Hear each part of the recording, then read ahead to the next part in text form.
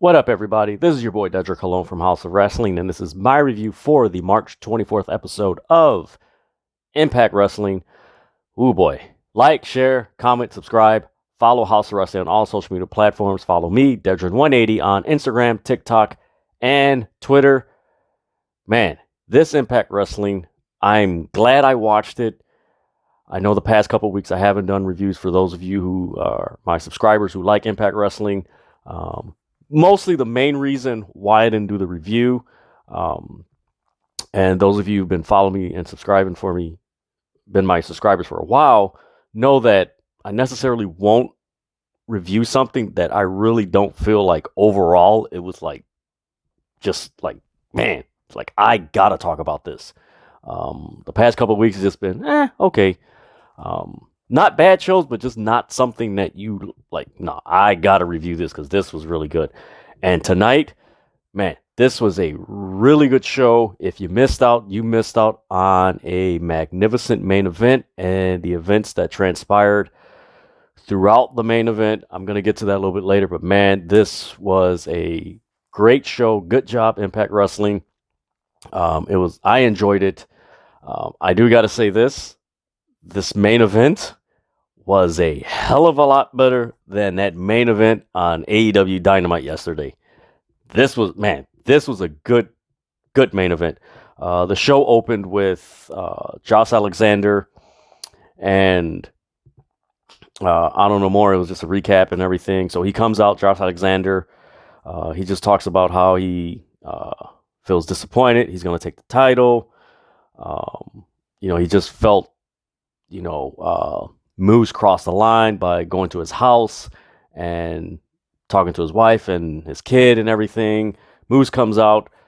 Then they start fighting. And they just start, that was a good opening segment. They were fighting backstage. The only thing I notice about Impact Wrestling, and maybe you guys who are my subscribers and who watch this video, why is it every time someone fights in the back of Impact Wrestling, there's like no security? Like, there's nobody back there. It's just empty. Like, if I'm for an Impact Wrestling, and mind you, I know this is scripted and all this other stuff, but if I'm in Impact Wrestling and I'm a wrestler, I would try to have a group around me, because, like, if I had an enemy or enemies, you're going to get attacked in Impact Wrestling's backstage area, because there's, like, nobody there to break it up or help you. You're just, you're an open target. So from there, we get another backstage segment with Josh Alexander and Scott D'Amore. Scott D'Amore is basically telling them, like, look, I need you to be at your best. You can't cost this. You've been working so hard for it. Really good promo, just building up for their match at Rebellion. Side note, this Impact Wrestling's episode really built up the multiverse matches that's going to happen April 1st, which that's a whole nother thing, because there's going to be 4 events from 6 p.m. Central Standard Time to 9:30 or 10 o'clock Central Standard Time. That's going to be a crazy day. But this episode really pushed that and Rebellion. Good job. You get that. The first match was Willie Mack, Laredo Kid, and Mike Bailey. Good match. Me personally, I was rooting for Willie Mack to win the match. More so because, like, it's just something different, and it just feels like we've seen Trey Miguel and Ace Austin fight numerous of times. So yeah, this match was a triple threat match for the winner would be in the Ultimate X triple threat match at Rebellion. But yeah, I just felt that Willie Mack would have been a nice addition to there just to change things up a little bit. But Mike Bailey wins the match, so you're going to have Trey Miguel, Mike Bailey, and Ace Austin for the Ultimate X championship match. Again, it feels like we've seen these three wrestle each other in different variations for the last few months. I'm looking forward to it, but then at the same time, I'm kind of not looking forward to it because it feels like I've seen this already. I know they're going to have a banger match, but that's one of the reasons why I was kind of rooting for Willie Mack, just to change things up.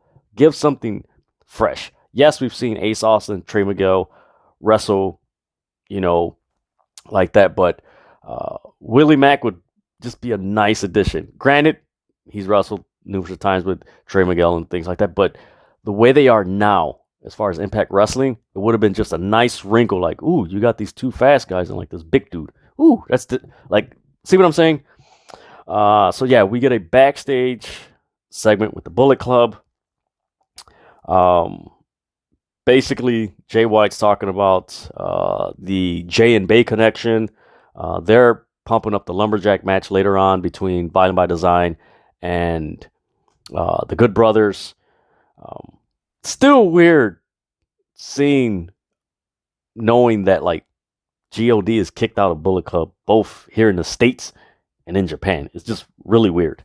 Then we get a backstage segment with Shira and Rajin, basically talking about Gujar, I believe that's how you pronounce her name. Forgive me, guys, and how he should have joined them.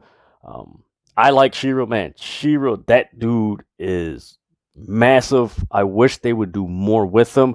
Unfortunately, what I feel and the way they presented it and the way it comes across to me, it feels like he's taking the place of Jake something. As you know, like I think it was reported last week by various sources that he's no longer under contract with Impact Wrestling. So it just feels like they let Jake something go, and now he's taking that spot. And I don't know how I feel about that, because Shira has a good look, and it's like, okay, you should do something with this guy. This guy should be in a major program and have the tag titles, the X Division title, or the world. Like, he's got to be in a title picture somehow because he has that look. From there, we get a match between Steve Maclin and Heath Slater. Pretty decent match. It was good. I liked it. Rhino got ejected at some point in the match. Then what was it? The feet on the ropes? Yeah, there you go. Steve Maclin won by having his feet on the ropes, because this was a solid match. They weren't trying to do too much. It was just a solid match. And of course, Steve Maclin won with the feet on the ropes, and he's just celebrating and everything, la la la la la. And Rhino comes out of nowhere and he gores the hell out of Steve Maclin. So that's how that match ended. Then we go to a promo. This segment that I'm going to talk about, like, I really didn't connect with me, and it felt like, now looking back at the whole show, like, it felt out of place because everything else on this show was just fluid. It complemented each other. The opening promo with Josh Alexander and Moose. Then the other backstage segment with Josh Alexander and Scott D'Amore. The match between Willie Mack, Laredo Kid, and Mike Bailey. The Bullet Club, Shira, Steve Mack, like all that. Just it helped. It built. It just built on top of what came before it. And this segment with Tenille Dashwood, Caleb, Madison Rain, I was not a fan of this segment. Like, this was a very, I'm not going to say bad segment, but this was a very cheesy segment. This came across like something you would find at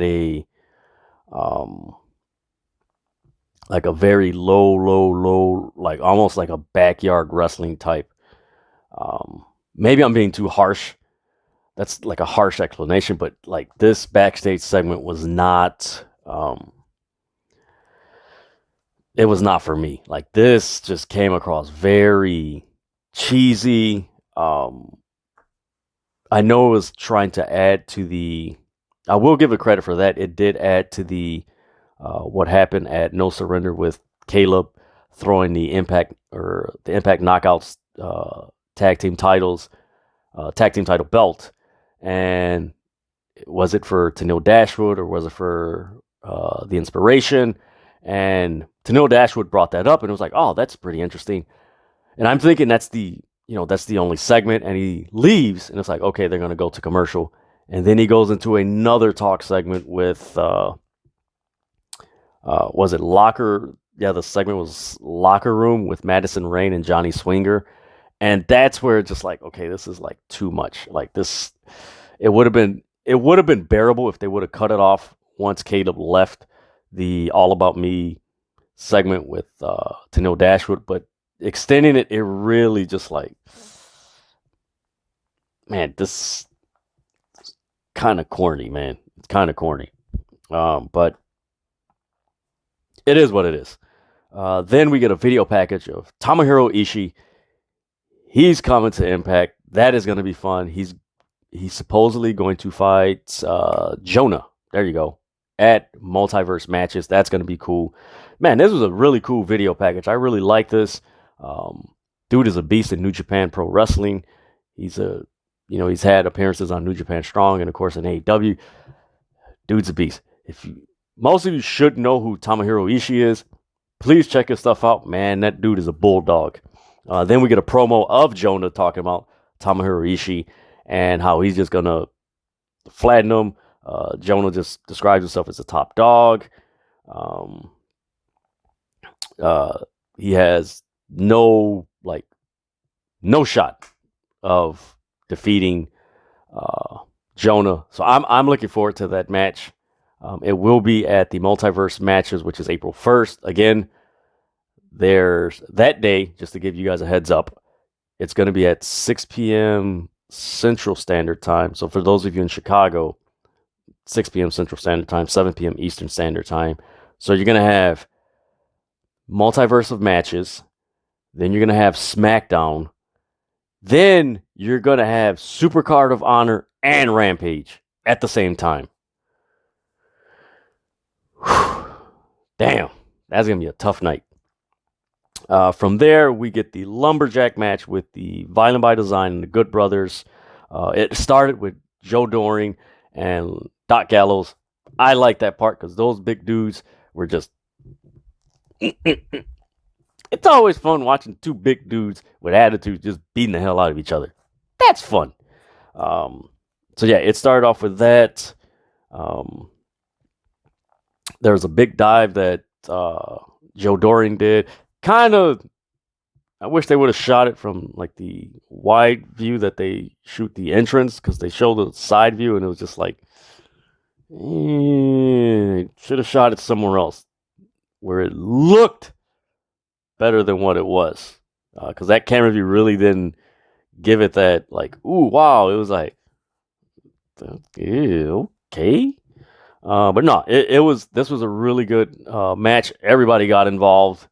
And then the ending of this match, and I like this, and it's going to be interesting where this goes, because not only does it tie into Impact Wrestling, but it does somewhat tie into Ring of Honor, now that Ring of Honor is owned by Tony Khan. So there's just a lot of things going on with that.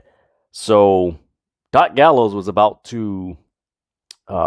he did the magic thing. It's similar to what, oh my god, was it? GOD does their finishing move. And he does it, and Matt Bennett, forgive me, I know it was Matt Taven, I believe it was Mike Bennett. They get into the ring and they perform their finishing moves and cost the Good Brothers the Impact Wrestling Tag Team titles. So obviously, that is going to kick off a feud between Honor No More and the Bullet Club. I am all for that, because that is going to be very good, and you have all, say, 8 men that can go. Smart move by Impact to start that feud, knowing that spring and summer is coming up, because that is going to be very, very good. I'm looking forward to that. So again, this Impact, they really were mentioning a lot of Ring of Honor references. So it's like, okay, we know Supercard of Honors next week. So it's like, okay, there's something's gonna happen, because they're mentioning it a lot, and it's like, okay. Then we get a backstage segment of Tasha Steelz. She's basically saying that she's just going to finish off Mickie James. Mickie James has no shot of taking her title. It's not going to happen.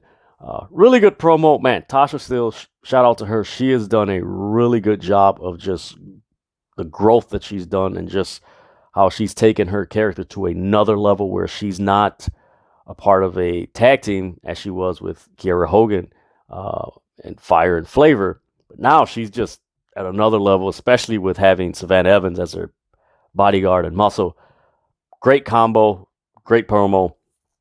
Then we go to the first time ever match between Eddie Edwards and Rocky Romero. I like this match. There was a lot of spots. There was a spot where Rocky Romero was on the outside and he jumped on the stairs and did a Hurricane Rana on Eddie Edwards. That was pretty cool. Eddie Edwards, at one point in the match, powerbombed him on the ring apron. Really, really good match. And, of course, Eddie Edwards wins by some distraction. Yeah, that jerk. No, I'm joking. It was a really good match. So towards the end of the match, Eddie Edwards, he has his hands out. And they mentioned showing honor.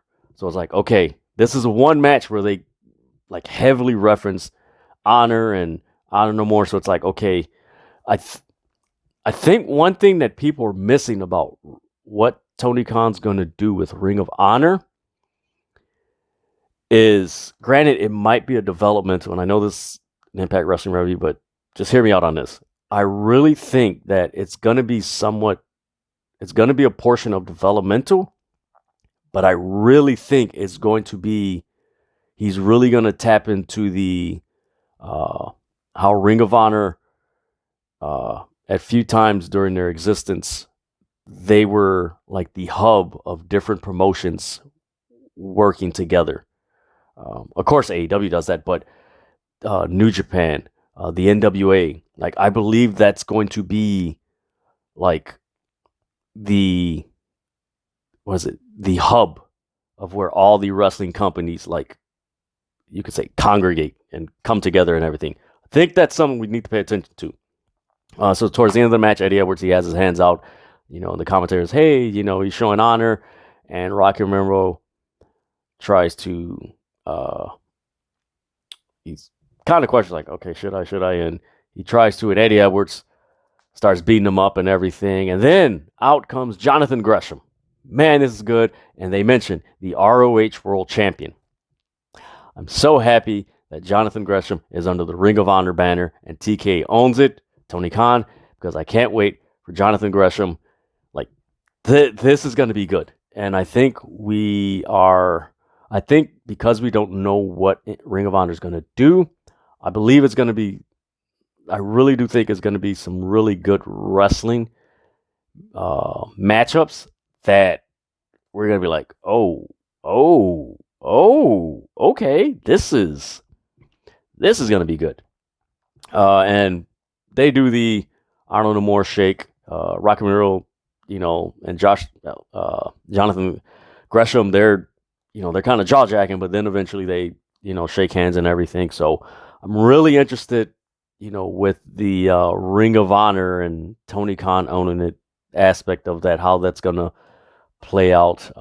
I'm not concerned, but I'm really interested because there's subtle hints that's happening in Impact that, of course, everyone's focused on AEW and everything, especially with the Cody Rhodes going to WWE and all that stuff. But like, there's stuff happening in Impact Wrestling that are subtle hints to Ring of Honor and Tony Khan and how that's going to work out. Then we get a backstage segment with Johnny Swinger and Zicky Dice. Again, this is another segment, kind of like the Caleb, Madison Rain, Tennille Dashwood segment that, like, it just felt like something that Impact used to do. Like, everything else outside of those two segments, everything else on Impact felt like, okay, it's 2022. We got Ring of Honor guys. We got Jonathan Gresham. We just came off the Mickie James WWE Royal Rumble thing. This felt like, the rest of this card felt like, okay, come 3 months down the line, there's going to be even more good stuff in Impact. But this segment just really didn't. Honestly, I don't know why they had this segment on the show. And it's not to take away from the performers, Zicky Dice and Johnny Swinger. It felt out of place. Like, it just didn't. Johnny Swinger, yeah, he does backstage segments. They have him do that. And Zicky Dice, he had his thing with Brian Myers. But it just, outside of that, it really didn't do anything. Then, the main event. Oh my, oh my, oh my. Shout out to Mickie James and Tasha Steelz. This was a magnificent main event. Again, this match, Tasha Steelz, Mickie James, street fight, was way better than that main event on AEW Dynamite yesterday. This was a match I recommend you guys find a way to watch this match. Sign up for Impact Plus. Whatever you have to do to watch this match because this match was great. And the ending made it even better. It added so much context, and the ending of this match, you're like, okay, I need to watch next week how this is going to play out. So I'm just going to mention the weapons and just how everything transpired. So they used weapons. They used a chain. At one point, Mickie James had a chain wrapped around Tasha Steelz' face and just yanking it and everything. Like, these women were very physical in this match. Surprisingly, not so much surprisingly, there wasn't any blood or anything like that. Nobody was busted open. So, I could see that because it is on TV and you want to save that, especially on pay-per-view. There was a kendo stick. There was a spot where Mickie James she attempted to powerbomb. She did powerbomb Tasha Steelz on the table. The table didn't break, so she just bounced off. It's like, ooh, damn. And then there was a point where Savannah Evans knocked Mickie James off the apron onto the table, and the table didn't break. So that was a strong table, but that was like, ooh, ouch, that's gotta hurt.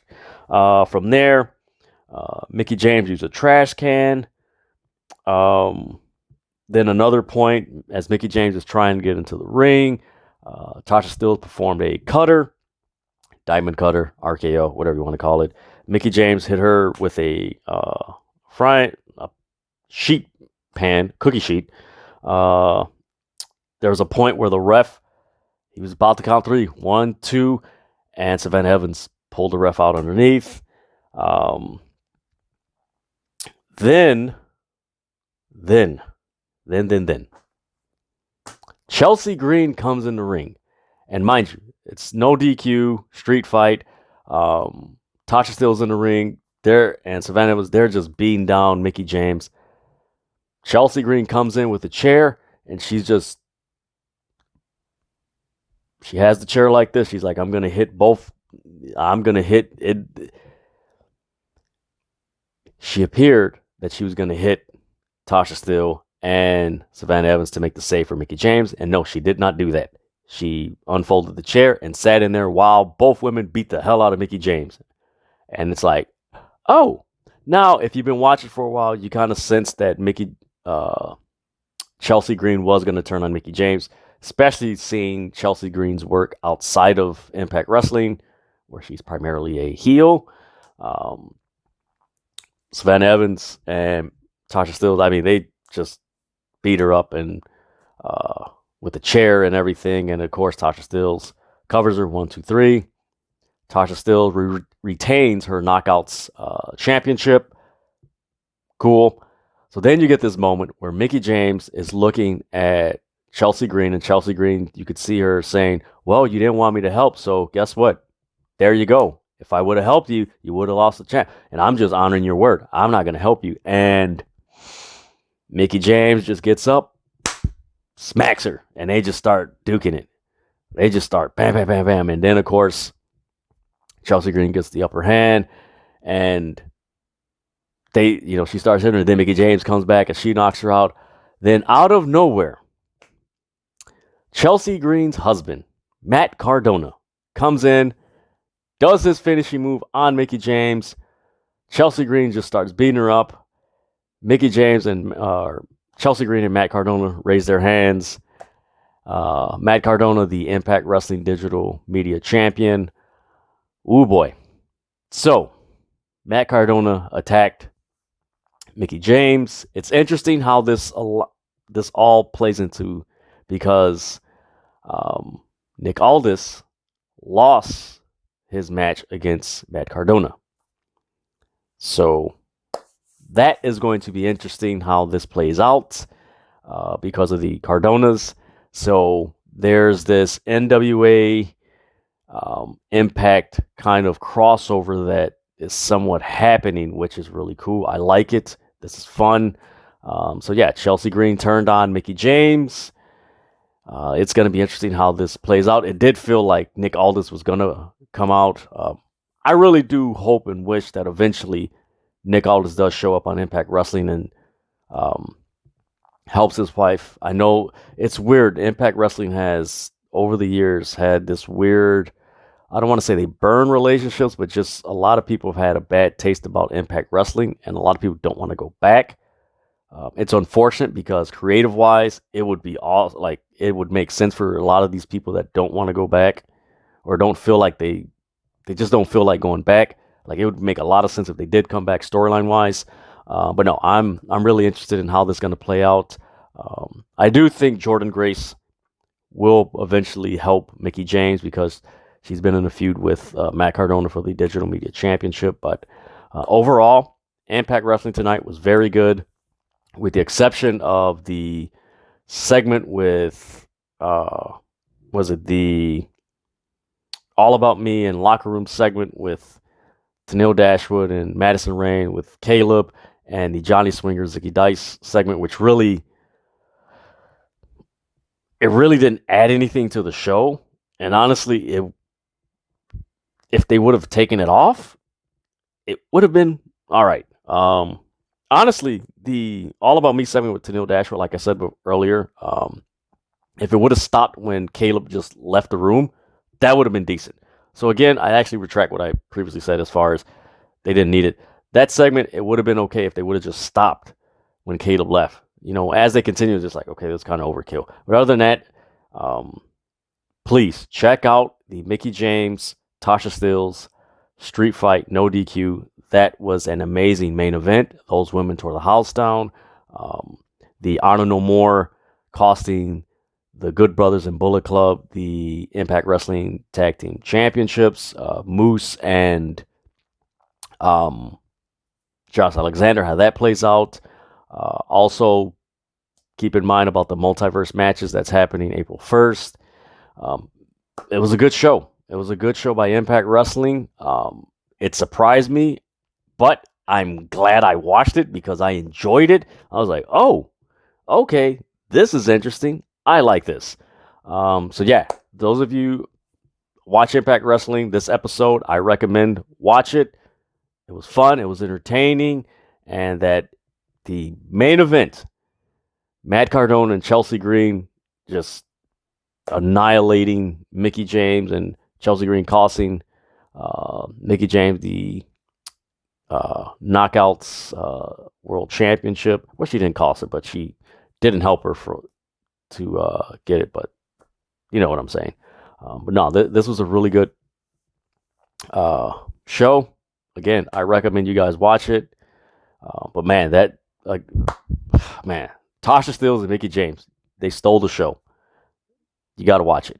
So yeah, that is my review for the March 24th episode of Impact Wrestling. Like, share, comment, subscribe to House of Wrestling. I love the feedback from you guys. I love it. All right. Follow me, Dedrian180, on Twitter, Instagram, and TikTok. Thank you guys so much. Before I leave, I always say this. Stop fighting over wrestling. Next week, there's going to be at least, just in 3 days, Friday, Saturday, and Sunday, there's going to be 8 wrestling shows. Let's have fun, because it's a different variety. WWE, WrestleMania, AEW, Ring of Honor, like, there's so much going on. Let's enjoy it. This is a fun time, all right? With that, like I said,